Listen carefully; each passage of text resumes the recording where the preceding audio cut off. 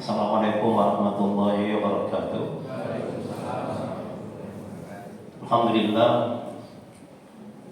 Alhamdulillahalamin. Hamdan na'alamin. Hamdan syakirin. Asyhadu an la ilaha illallah wahdahu la syarika lah. Wa asyhadu anna abdahu wa rasuluhu la nabiyya ba'dah. Allahumma shalli ala Muhammadin wa ala alihi wa sahbihi ajma'in, amma ba'd. Qala Allah ta'ala fil Qur'anil Azim, a'udzu billahi minasy syaithanir rajim.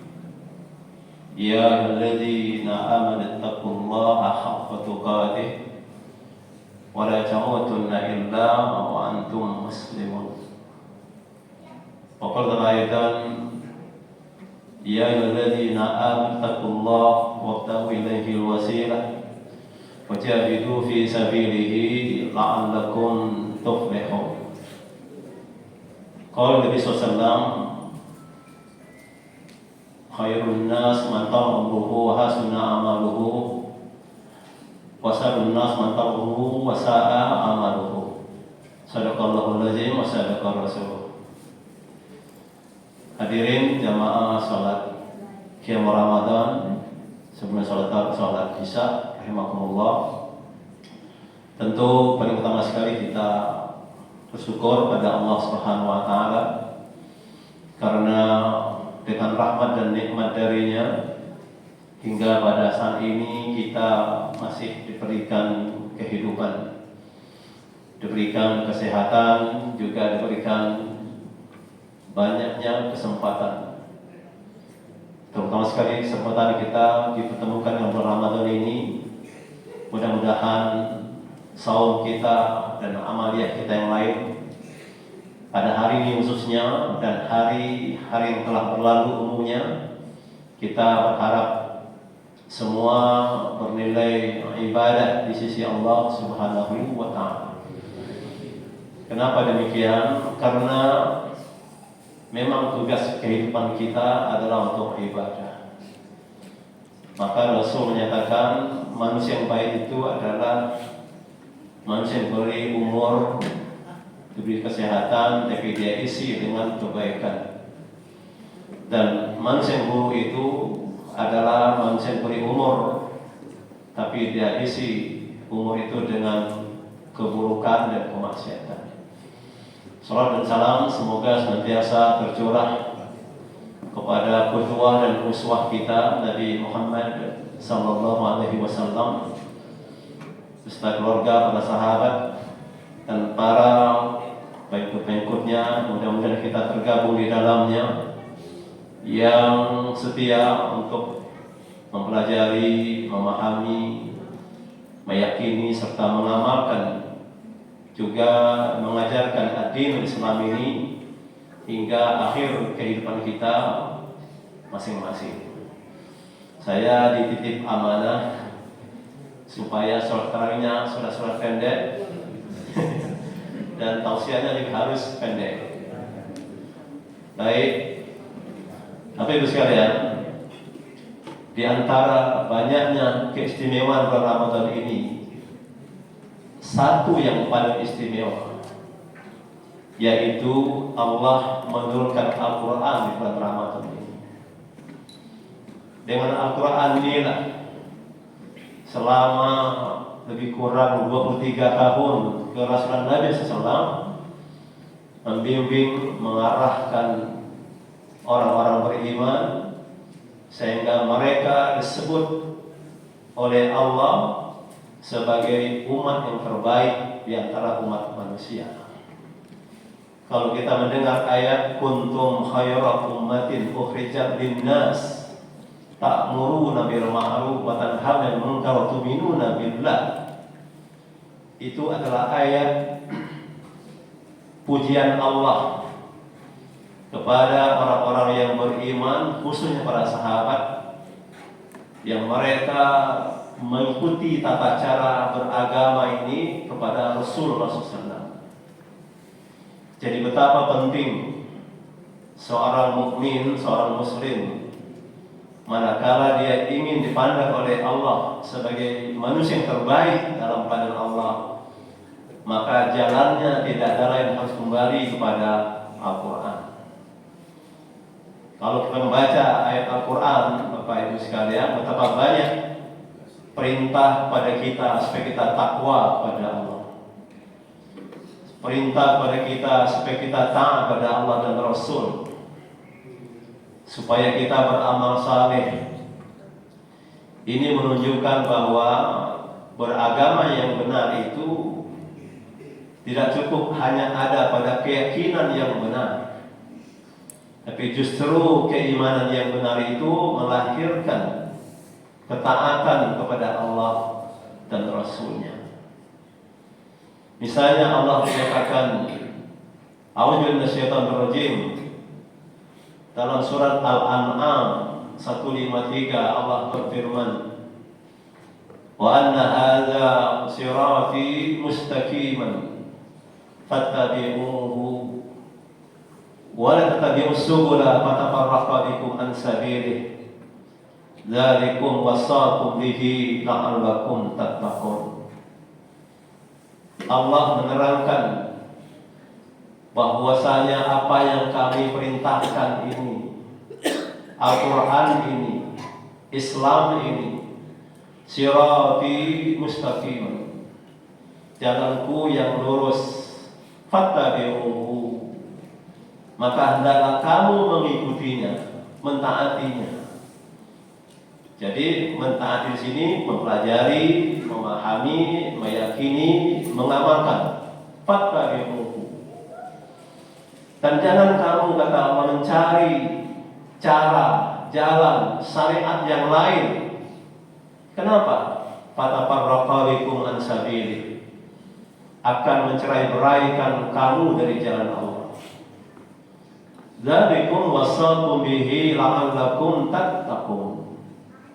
Yang kan itu, kata Allah, diwasiatkan kepada kamu agar kamu benar-benar dengan Al-Quran ini kamu benar-benar menjadi orang yang bertakwa, menjadi orang yang mulia, menjadi orang yang terpelihara dalam kehidupannya, baik kehidupan di dunia sampai pada kehidupan akhirat nanti.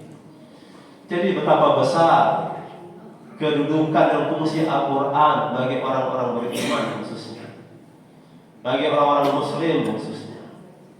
Maka oleh karena itu sikap kita terhadap Al-Quran itu, Bapak Ibu sekalian, tidak hanya kita baca secara tekstual, tapi bagaimana kita mengaktualisasikan nilai-nilai Al-Quran itu dalam kehidupan kita, sebagaimana para sahabat dan para pengikutnya mengikuti Rasulullah SAW.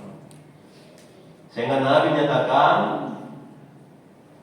bahwa kaum yang terbaik, khairun nas qarni, kata Nabi, sebaik-baik manusia adalah manusia hidup di zamanku, maksudnya para sahabat. Lalu generasi berikutnya, dan terus sampai akhir zaman.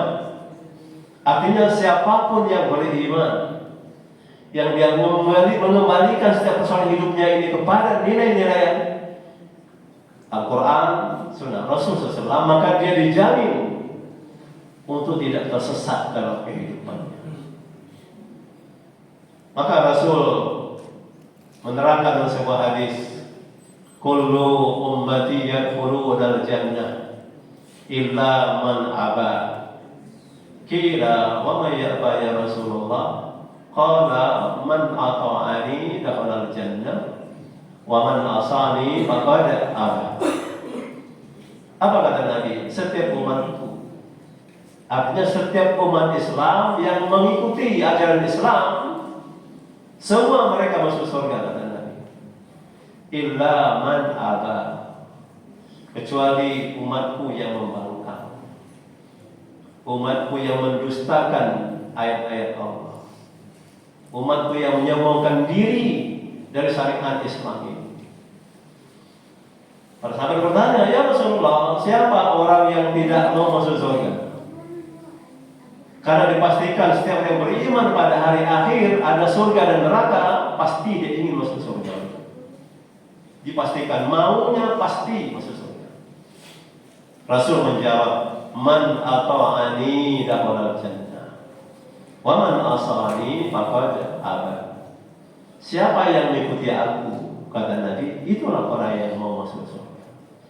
Dan siapa yang bermaksiat kepada aku, mendustakan apa yang aku bawa ini, itulah yang menolak masuk surga.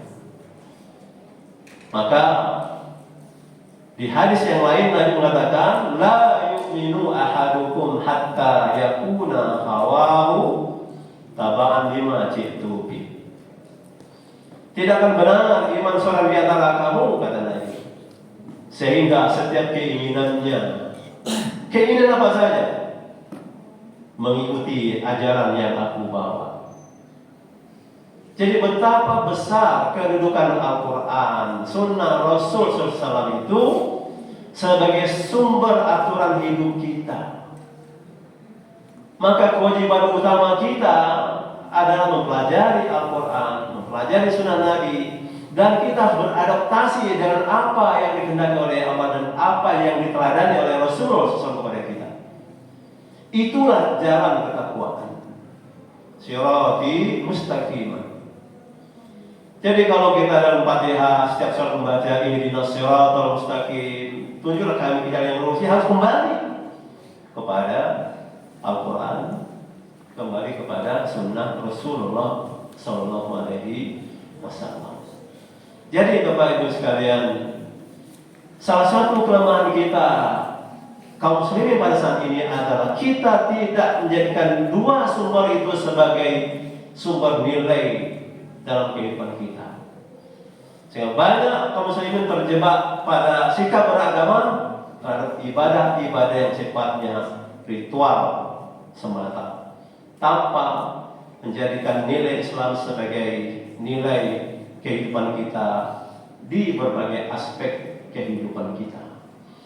Jadi Ramadan Allah turunkan Al-Quran.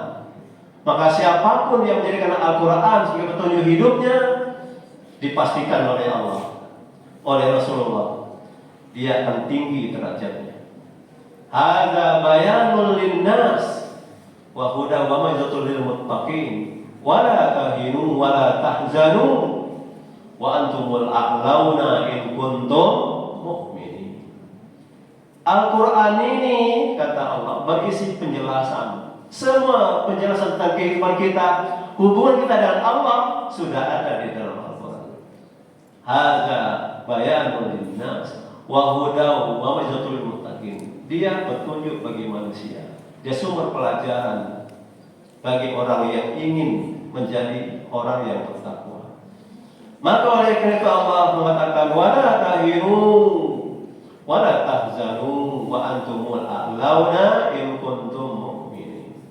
Oleh karena itu kata janganlah kamu bersikap lemah, ya, bersedih hati, karena tantangannya besar menjalankan agama ini. Tapi Allah mengatakan kamu tinggi derajat kamu dalam pandangan Allah kalau kamu benar-benar beriman.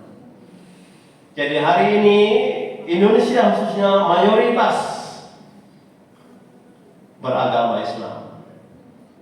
Tapi secara kualitas dikhawatirkan kita tidak menjadikan Al-Quran sebagai pedoman hidup kita. Ekonomi, politik, sosial, budaya. Kita tidak menjadikan Al-Quran sebagai rujukan. Sehingga dengan sikap seperti itu tanpa sadar kita bisa menjadi orang-orang yang beriman tapi dipandang berkhianat kepada Allah. Saya menyatakan dua ayat saja. Pertama surat Al-Ahzab ayat 36 dan Al-Anfal ayat 27 dan 28. Al-Ahzab 36 Allah menyatakan, "Wa ma kana lil mu'minin wa la mu'minatin idza qadara Rasulullah amran ay yakuna lahum khiyanatu min amrihim. Wa ma ya'sil Rasulullah faqad dhalla dhalalan mubina."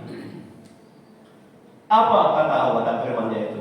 Tidak pantas mukmin laki-laki mengaku mukmin. Juga wanita mukminah mengaku mukminah. Apabila Allah dan Rasulnya telah menetapkan suatu urusan mereka, maksudnya syariat Islam, akan ada bagi mereka pilihan yang lain. Barang siapa yang durhaka kepada Allah, durhaka kepada Rasulullah SAW, faqad dhalla dhalalan mubina, maka sungguh dia telah tersesat sesat-sesatnya. Jadi kalau kita ingin mengukur kesesatan seseorang itu, cukup dengan satu ayat itu. Al-Ahzab 36.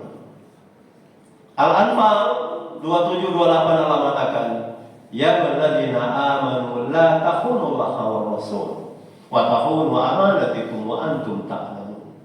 Wahai orang beriman, jangan kamu mengkhianati Allah, jangan kamu mengkhianati Rasul, jangan pula kamu mengkhianati apa-apa yang telah diamanahkan kepada kamu, sedangkan kamu tahu. Kita sudah tahu Al-Quran adalah wahyu Allah, sempurna isinya, tapi itu hanya pengakuan, tanpa kita berusaha untuk membuktikan dalam hidup kita, menjadikan Al-Quran dan Sunnah Rasulullah SAW sebagai dua sumber yang menjamin kepada kita untuk meninggikan derajat kita di sisi Allah Subhanahu Wa Taala. Jadi maju atau mundurnya peradaban kaum muslimin sangat tergantung sejauh mana kita memfungsikan dan memaksimalkan kedudukan Al-Quran sebagai sumber nilai hidup kita dalam hidup kita sebagai seorang muslim. Jadi mudah-mudahan mari kita jadikan Al-Quran tidak hanya bacaan secara tekstual, tapi berusahalah untuk memahami isinya dan berusaha pula untuk kita mengamalkannya, mengajarkannya.